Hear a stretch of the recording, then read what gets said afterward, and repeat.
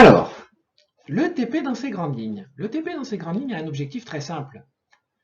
Quand on achète un plat préparé, il y a souvent de la viande dedans. C'est marqué sur l'étiquette que c'est du bœuf, parfois c'est marqué sur l'étiquette que c'est du poulet, mais dans la vérité, on n'en sait rien. Il peut y avoir des fraudes. Et des fraudes, c'est assez fréquent. On a tous entendu parler de Findus qui avait mis des morceaux de cheval à la place de bœuf. On peut imaginer ainsi de nombreuses fraudes. Donc par exemple, si j'ai une boîte de conserve là et que je pense que c'est du bœuf, peut-être que c'est du bœuf, mais peut-être que c'est du poulet, peut-être que c'est du porc. Donc quel est le moyen de savoir ce que c'est? Eh bien, il n'y a qu'un seul moyen pour savoir ce que c'est de faire des tests ADN. Et donc, on peut faire des tests ADN pour évaluer ces fraudes. Et le test ADN le plus simple, alors bien sûr on pourrait utiliser la police scientifique, mais ce serait un peu compliqué, les méthodes de police scientifique. Le test le plus simple, c'est la PCR, on amplifie l'ADN. D'ailleurs, c'est les tests actuellement qui sont utilisés pour amplifier l'ADN du coronavirus. La PCR permet de détecter s'il y a du coronavirus dans un patient. Donc là, on va faire de la PCR, on va voir comment on fait de la PCR sur un plat préparé pour identifier s'il y a d'autres espèces animales que celles indiquées. Alors, le principe est simple durant ce TP, on a un morceau de viande.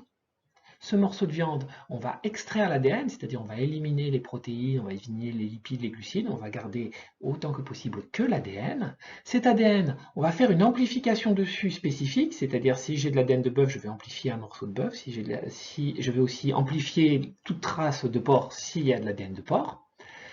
Et à la fin, je vais faire une révélation par électrophorèse qui va me permettre de voir s'il y avait effectivement du bœuf comme indiqué, s'il y avait effectivement du porc, ou s'il y avait une contamination par exemple par du poulet, etc. Donc pour ça, on fait 6 extractions. D'abord, il faut des témoins positifs, c'est-à-dire on prend du bœuf, du porc, du poulet, et là on est sûr que c'est du bœuf, du porc, du poulet, on fait de l'extraction d'ADN, et ça va nous faire des témoins. En gros, si je fais une amplification sur du porc avec les méthodes de PCR adaptées au porc, je dois avoir à tous les coups une amplification. Si je n'ai pas d'amplification sur le témoin porc, ça ne sert à rien d'aller exploiter d'autres échantillons, ça veut dire que ma PCR ne marche pas. De même pour les témoins positifs bœuf, poulet, en gros, c'est des tests qui doivent marcher à tous les coups.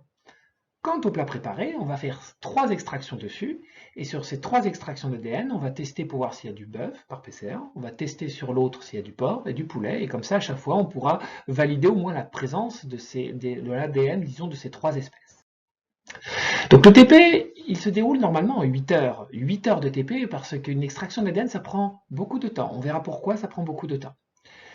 Durant cette extraction de l'ADN, on a le temps de couler les gels. Il faut préparer les gels qui serviront à faire l'électrophorèse.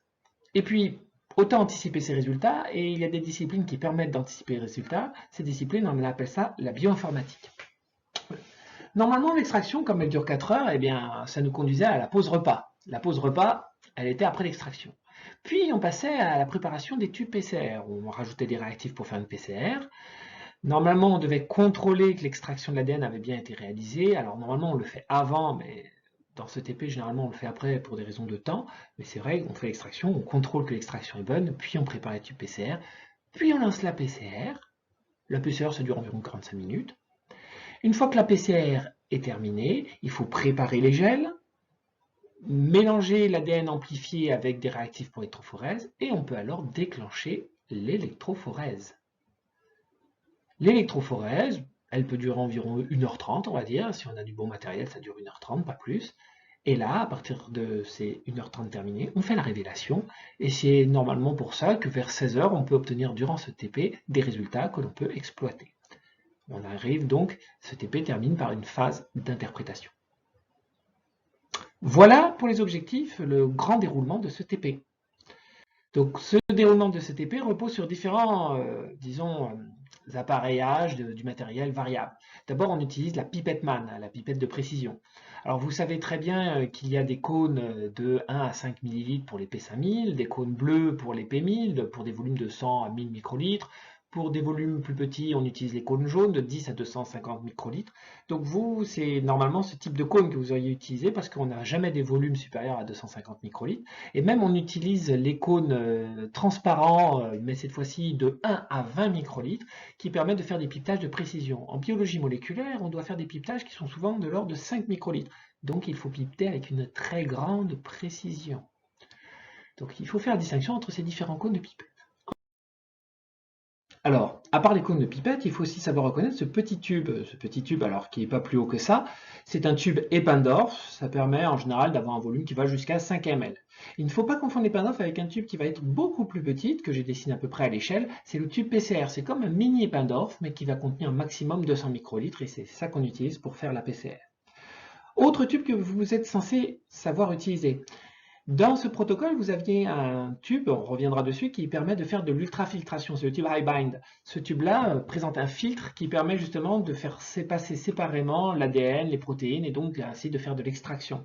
Le HiBind, souvent, on l'emboîte dans un tube dit de collecte, qui est un tube qui vise à récupérer tout ce qui va sortir du HiBind lors de la filtration. Vous le verrez à travers une animation un peu plus tard. Pour ce qui est du matériel, les différents appareillages à utiliser. Il y a le Vortex, cet appareil qui sert à mélanger et que vous connaissez bien. Il y a la centrifugeuse qui ne va pas forcément servir à faire des séparations classiques avec un culot et un surnageant, là qui va permettre de faire de l'ultrafiltration, de séparer les éléments mais avec des tubes justement à filtre, le HiBind dont j'ai déjà parlé. Vous avez les bains thermostatés, tout ce qui est plus classique, ce qu'on appelle parfois abusivement le bain-marie, qui permet de chauffer à différentes températures. Nous utiliserons notamment des bains thermostatés à 50, 70 degrés. Le thermocycleur, qui est l'appareil qui se charge de faire varier la température pour exécuter la PCR. Le spectrophotomètre, bien connu et qui permet de faire des mesures en spectrophotométrie. Et enfin, tout ce qui est le bloc de migration, générateur électrique, qui permet de faire passer un courant électrique dans le gel pour réaliser l'électrophorèse.